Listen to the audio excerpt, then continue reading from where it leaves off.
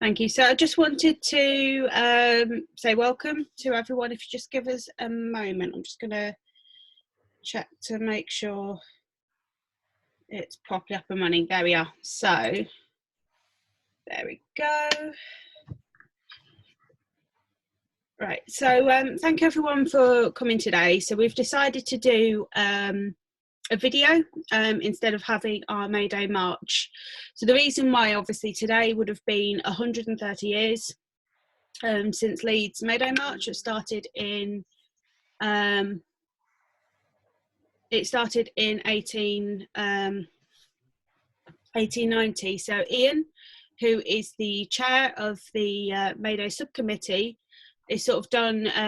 Is going to be talking a little bit on sort of the history of May Day and its sort of relevance today, particularly in terms of the struggles that are happening at the moment. So we've been doing quite a bit. Obviously, you know, we can't meet usually, but we have been trying to have online meetings. So people may have seen we had last week we had the public meeting. We've produced some window posters as well for people to put up in support of key workers. And we're sort of just promoting ideas, sort of raising about campaigns, you know, the campaign for PPE, and a few other bits as well. So Iain, are you sort of ready? Yeah, you're ready. So what we're going to start with really is what is May Day, actually, if you could start off with that. so May Day, or to give its proper name, International Workers' Day, has its origins in the US in 1886, in the fight for the 8-hour day, which the US trade unions had launched to commence if that hadn't been met with a strike on May the 1st, 1886. And in Chicago, there was heavy repression of the strikes that took place. They've become known as the Haymarket riots. It's a police riot against strikers. Some of the leaders were executed. And there was big solidarity campaigns around the world, including in Britain. And the Socialist International, the Second International, when it was founded in 1889 in Paris, they declared the following year for May the 1st to be International Workers' Day for strikes and demonstrations to take place around the world for the 8-hour day. And in the UK, then in London, where somewhere in the region of 100,000 people attended, and in Leeds, where estimates vary. The Yorkshire Post, a kind of more conservative paper, said 6,000 plus lots of supporters. The Leeds Mercury, a more liberal paper, said 30 to 40,000. Those demonstrations took place on Sunday the 4th of May because the craft unions and main unions were a bit more conservative at the time, didn't want to take strike action on that day. But International Workers' Day has been celebrated ever since. In Leeds, we usually celebrate it on the nearest Saturday to the 1st of May. And it's been used as a focal point for the demands of the workers' movement. So over the years, for example, in 1926, support for the general strike. In 1984, support for the miners' strike. And in 1917, here in Leeds, there was a big demonstration in solidarity with the Russian Revolution then, and the overthrow of the Tsar there and his repressive regime. Thank you for that. So you've sort of touched a bit on, you know, why May Day took what is it, but obviously the two main ones you've kind of touched on was Leeds and London, were the big ones. Now, is there a particular reason why, obviously we know London, the capital of the UK, but why did the first sort of May Day also take place in Leeds? Well, the driving elements of establishing May Day in the UK were socialists. There were people like Eleanor Marx, Tom Maguire, who was from Leeds, who'd been part of the Socialist League, but had turned towards organising unskilled workers. And now those workers ended up forming the new unions, famously the match women, the dockers, the gas workers in London. Eleanor Marx actually was a member of the executive of the Gas Workers Union, which is a precursor of today's GMB. In Leeds, actually, these organising drives took place prior to the match women's strike. There was a strike in Leeds of Jewish tailoresses. There was also strikes of Jewish tailors. But the first big success was organising building labourers for increased wages. And those building labourers joined the Gas and General Workers Union. And then the same union had a victory with the gas workers in Leeds, who won a week's holiday for the first time. Prior to that, didn't have any paid holiday. And time and a half overtime was conceded, as well as the 8-hour day. But the first May Day actually wasn't organised by Leeds Trades Council, who organise it today. At the time, the Trades Council was dominated by craft unions, and it was the new unions actually that organised May Day through the Yorkshire Labour Council that they set up, and later they were able to join and become part of the Trades Council later on. Thank you for that. So you've sort of mentioned two different sort of trade unions sort of structures. You had the craft unions, and then you've been using the term new unions, which I think is a little bit closer to what we mean by trade unions today. So what would you say is the main difference really between the two? Yes, so craft unions were based on workers having a certain skill or craft. So one of the biggest ones at the time was the Amalgamated Society of Engineers, but there was many other different unions representing different skills and trades and so on. And these unions primarily organised by restricting the number of people working in the sector and therefore keeping the wages high. You could only get these certain skilled workers to do that. They built up vast union funds for strikes, but also for other benefits, sick pay and stuff, because you didn't have any sort of social security, no national insurance, no NHS, etc. at that time. But when they did resort to strike action, it was on the basis of limited numbers of people that could be sustained for a long time on these big funds. And they saw unskilled workers as unorganisable because they could be replaced easier. And if they did try and organise them, as potentially a big drain on their funds. And I think we have to be careful that that logic doesn't apply to trying to organise precarious workers today, and 0-hour contracts, agency workers, and so on. So when the new unions organised, then it was often on the basis of taking action on fairly immediate issues. It was quite a rapid growth of these new unions through action most of the time. And they didn't have big strike funds to draw on, but instead appealed for support to the wider working class. And the new unions, as I say, grew rapidly. They won some important victories. I've mentioned some of the ones in London and Leeds, and there was elsewhere in the country as well. But they also fell back quite rapidly when more determined attacks of the bosses were made, particularly in the later 1890s. However, because they organised all workers in a workplace rather than just particular sections, then there was more potential for more comprehensive action and solidarity action and people supporting each other than the craft unions. And ultimately, this is a form of trade union organisation we have mostly today. There's very few craft unions today. There's ASLEF, a train drivers union is maybe one of the more prominent ones. But in reality, industrial trade unions have won out. The Bakers Union, which started as a craft union of skilled bakers, is an industrial union today. It organises everybody in the workplaces it covers. And it's been one of the unions that's been at the forefront of reaching out to unorganised sections of workers in fast food and in pubs such as McDonald's and Wetherspoons, with the strikes that they've organised there. Thank you. See, you sort of just started to come on what we call the term key workers, which has sort of been coming up recently, which is sort of kind of meaning the workers that are essential for the running of society really at the moment. And actually, if you look at key workers today, the term actually, if you look at the sort of type of workplace, a lot of them are unorganised, and they're very low paid. You've got 0-hour contracts. So what can unions do to help, and what can key workers do actually to help sort of build a movement sort of in those sectors? Yeah, I think there's stuff we can look back and learn from then, as well as from struggles today. And I think the key thing that Tom Maguire and others did in Leeds was to bring workers together to discuss their problems. So in Leeds, I mentioned the building labourers strike. Well, that was preceded by a mass meeting of 3,000 building labourers in a place called Vickers Croft. Doesn't exist anymore, but it's essentially where the outdoor market and the bus station is today. And there's a bit of a running theme that we'd always raise in the trade union is that as individuals, we're weak, we can be picked off, but together, collectively, we're stronger.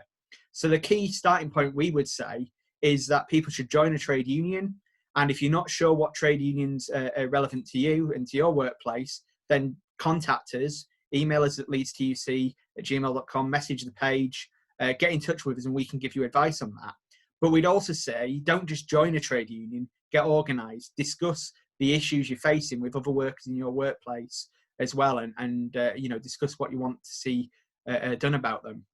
In this crisis, then, not only have previously organised groups of workers forced changes to protect workers. So, I mean, one of the more more well-known things going around at the moment is the London bus drivers, who forced the bus companies to allow them to seal off the front of buses in London to stop them coming into contact, to reduce contact with passengers, to help keep them safe. But that's also led to the buses in London being fare free at the moment as well. And there's plenty of other examples of bin workers and hospital workers taking action to make sure they get the correct PPE and other supplies they need. But also, there's new groups of workers getting organised as well.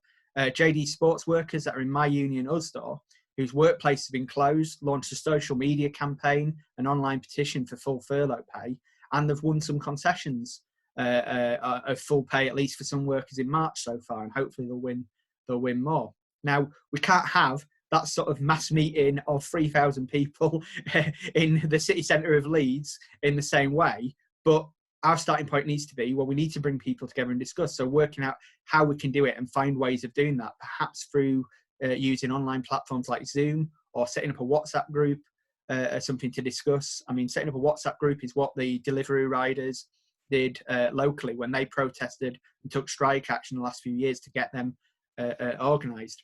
And the wider trade union movement can play a role in championing the demands that groups of workers raise. The key demand of the new unions was for an 8-hour day, which they fought through industrial action, but also they wanted it fixing in law to force other employers where they weren't currently organised to implement it.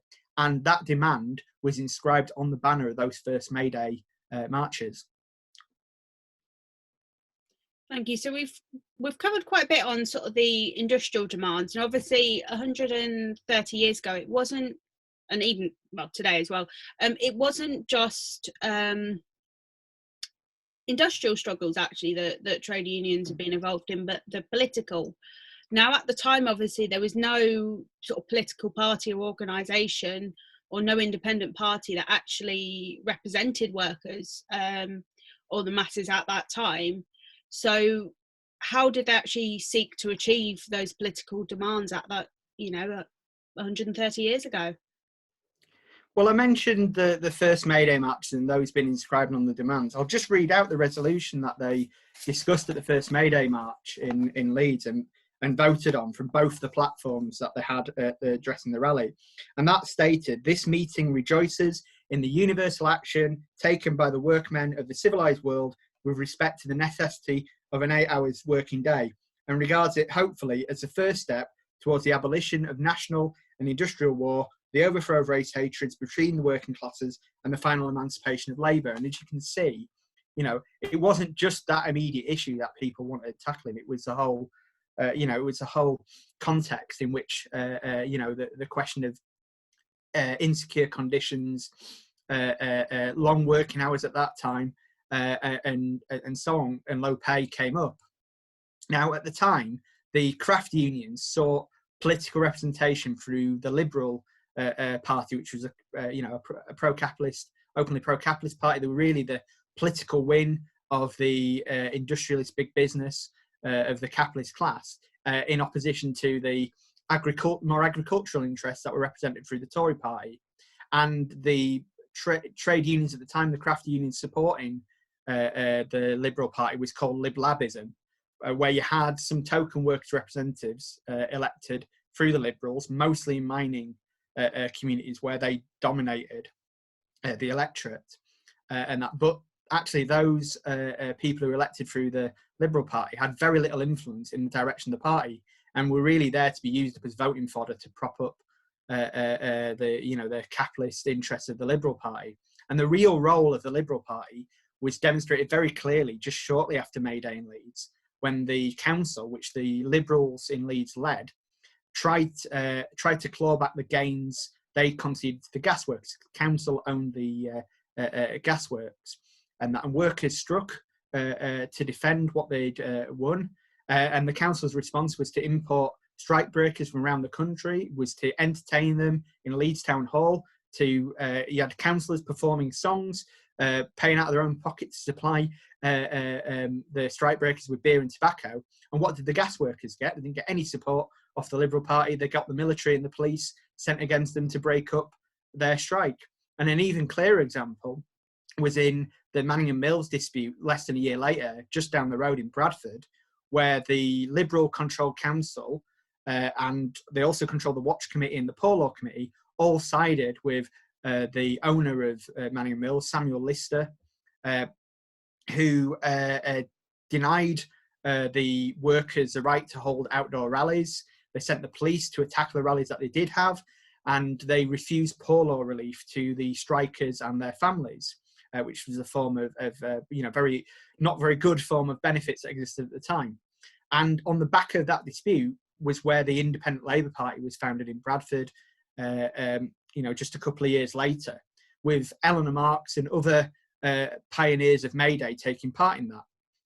And at the end of the decade, that led into the Labour Representation Committee being formed, which became part of the Labour, which became the Labour Party, and the ILP affiliated to the Labour Representation Committee as well. And these issues were raised on the very first May Day.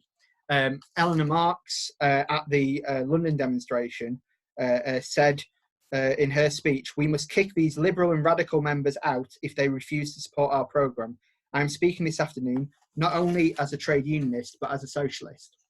That was a running theme through it, because if you're fighting for gains for working class people, you win them through strikes and campaigns and so on, but then they're eroded through the actions of political groups, and that's clearly a setback. And this question of political representation for workers has taken steps backwards and forwards since. In Leeds TUC, we welcome the election of Jeremy Corbyn, not for any personal characteristics, but for the programme and the policies that he stood on and put forward, including many demands that were raised prior to that and supported by trade unions, a £10 an hour minimum wage, scrapping zero-hour contracts, renationalising the railways, a mass council house building programme, and more. And I think his replacement as Labour leader in the last month or so has thrown up questions about what comes next. Because I think for trade unionists, if there's a retreat from those policies that Corbyn championed, then that raises questions about how we can get effective political support for those demands of the workers we represent. And that's a debate, that's ongoing, that Leeds TUC and other trades councils need to be part of, just like we were part of the debates 100 years ago about the formation of the Labour Party as well. Okay, thank you for that, Iain. So obviously today, we would have had the May Day March, as you can see with their posters. That slipped. Strong trade unions for our communities and future.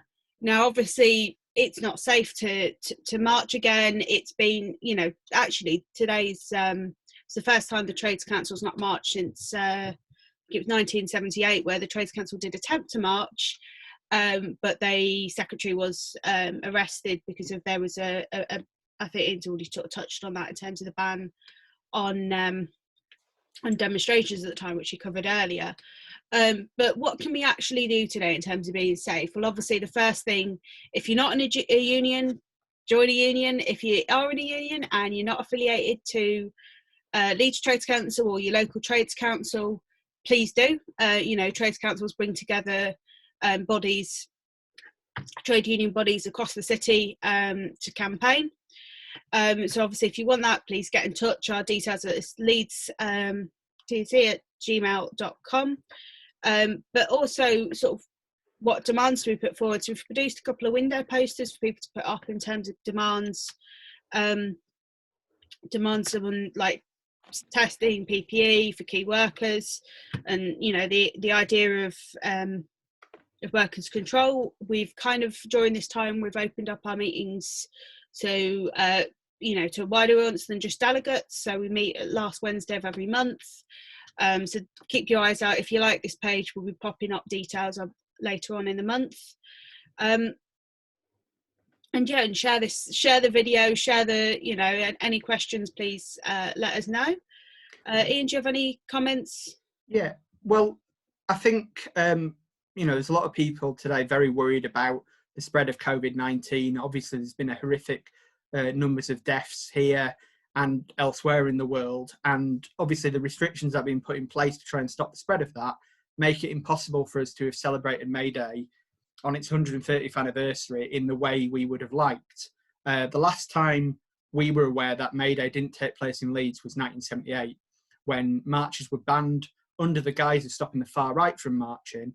When the May Day parade attempted to set off from Hyde Park, and the Secretary of the Trades Council and another steward were arrested. And I think there's warnings in that legislation that comes in for one purpose can be later used against workers organising. And with the government bringing in lots of new law, quite a few new laws, and that at the moment we have to be careful that those aren't used against legitimate workers' struggles. There's a bit of an example over in Ireland with Debenhams workers who the company has just laid off its entire Irish workforce. It's refusing to pay redundancy pay to those staff, and workers have had protests outside their store, socially distanced protests, where they're all people can look at photos and you can see they're all well spaced apart from each other, but the Gardaí, the Irish police, were sent in against them and completely ignored a unsocially distanced protest by a far right group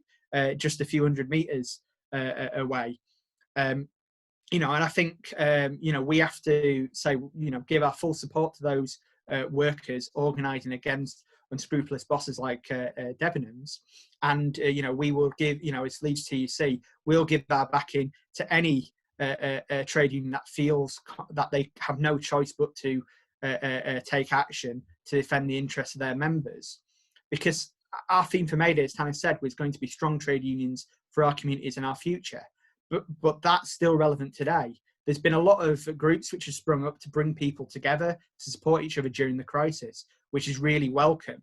But if we're trying to make sure people stay safe and have the resources they need to be able to safely practice social distancing and have the PPE and other things they need, then organisation in the workplace is key. And fundamentally, trade unions are the organisations of the working class in the workplace, because it's that organisation in the workplace that can force employers to actually adhere to the policies that we want to see put in place. In supermarkets, trade unions had to struggle to get measures put into place that don't just keep supermarket workers safe, but keep the general public safer as well. Around Easter, when many retail companies wanted to let more people into stores to try and boost their profits, and that it was trade unions that had to challenge attempts by managers to do that, who were trying to relax the social distancing legislation, when clearly at that point in time the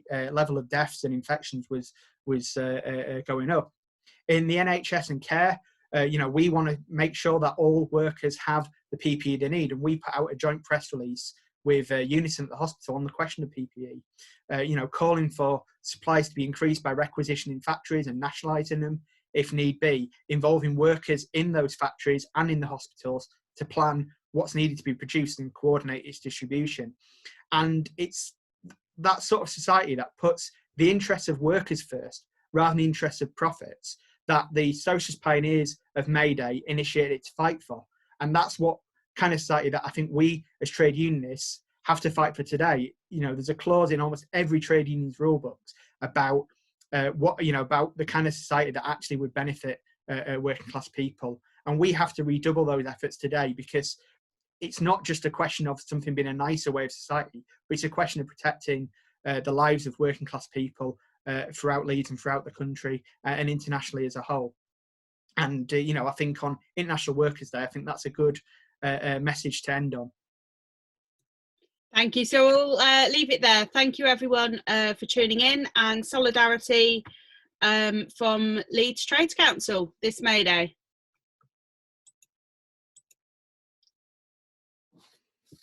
I've